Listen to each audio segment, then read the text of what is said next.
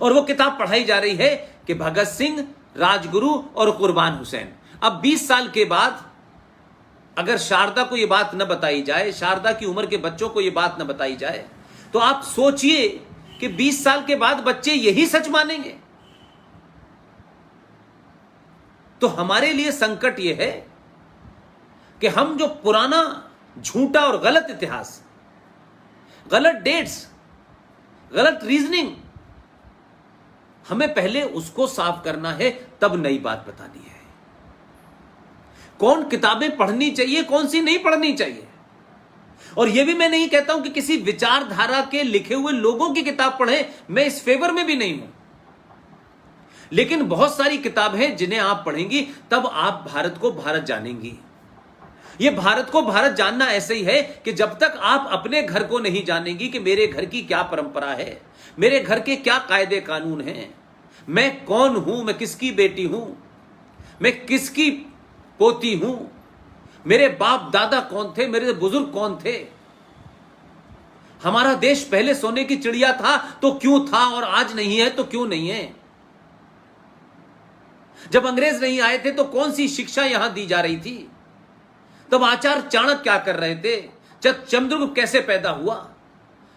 ये जब अगर आप नहीं जानेंगे तो आप वर्तमान में एक ऐसे प्राणी होंगे जो पैदा हुए, खाया पिया, कभी इसके पैर जोड़े, कभी उसके पैर जोड़े, कभी इसकी चापलूसी की, कभी उसकी चापलूसी की, और जीवन धीरे धीरे कट गया और एक दिन आप समाप्त हो गए।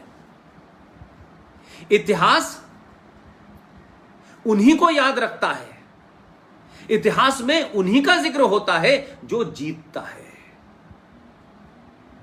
हारा हुआ आदमी हो सकता है मॉरली बहुत हाई हो, हारा हुआ आदमी हो सकता है सच्चा भी हो, लेकिन इतिहास उसका नहीं लिखा जाता।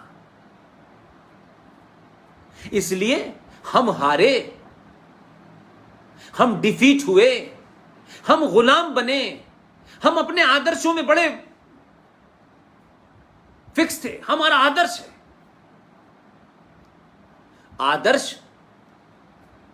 आदर्श व्यवस्था में ही चल सकते हैं।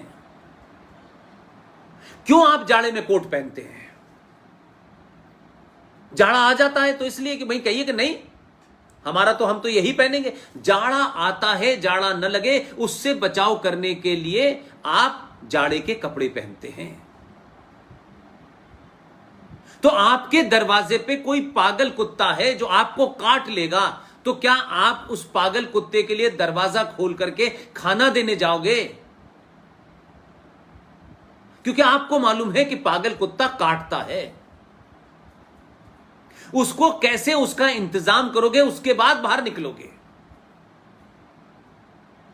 फिर आपको पता होगा कि इस गली में मुकरने के बाद जब मैं यहां से मुड़ के जाऊंगी तो यहां 4 गुंडे बैठते हैं जो सुबह टिप्पणी करते हैं, कमेंट करते हैं। फिर कुछ गुंडे कॉलेज में पहुंच जाते हैं। यह अगर आपको नहीं पता है तो इसमें आपके बड़ों की गलती है। हम आपको आदर्शवाद की शिक्षा देकर के भेड़ियों के बीच में, लुटेरों के बीच में, डकैतों के बीच में, बलात्कारियों के बीच में नहीं छोड़ सकते।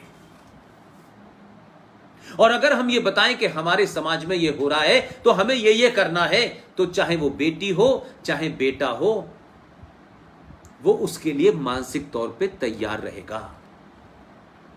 तो आज की चुनौतियों में आप ये सवाल उठाइए।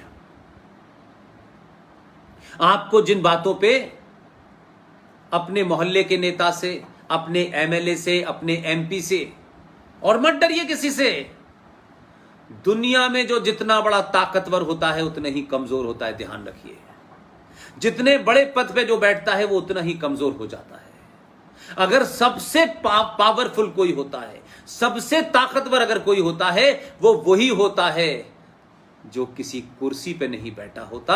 जो चौराहे पे भी खड़ा होगा तो उसकी आवाज तेज होगी, वो पुलिया पे भी खड़ा होगा तो उसकी आवाज तेज होगी। उसकी आवाज को रोकने के जितने भी सत्ता के तंत्र हैं उसे कोई खरीद नहीं पाता।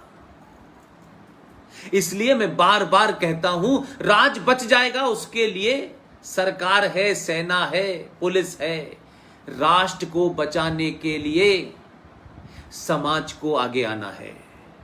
और अगर समाज नहीं रहेगा तो फिर राष्ट्र कहां रहेगा?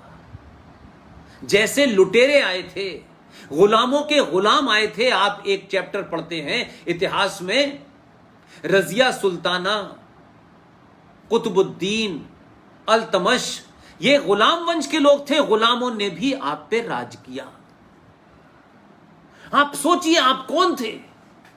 आप आचार्य चाणक्य, चंद्रगुप्त, आप वहां से चले थे। आप पे कौन लोग रूल कर रहे हैं? हम सच को नहीं जानेंगे तो हमारा कल आने वाला भी सच नहीं होगा। इसलिए एक किताब है, इसका हिंदी में भी है, और इनकी चर्चा नहीं होती आजकल। आजकल लोग डीलर वीलर फिक्सर किताबें लिख देते हैं, लिखवा लेते हैं, घोस्ट राइटर से लिखवाते हैं और अपने बायोडाटा में लिखते हैं कि देखिए ये एक महान साहित्यकार हैं, ये महान इंटेलेक्चुअल हैं।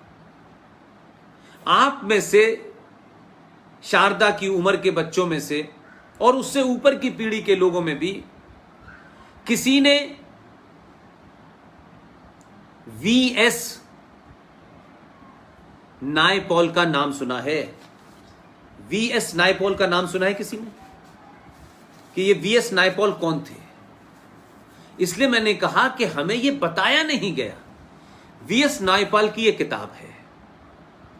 इस किताब का नाम है वुंडेड सिविलाइजेशन, एक आहत सभ्यता, एक घायल सभ्यता।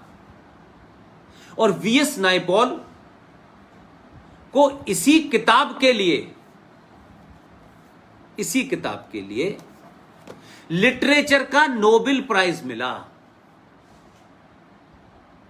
आज तो विदेशी ताकतों के एजेंडे पे काम करने वाले पत्रकार, साहित्यकार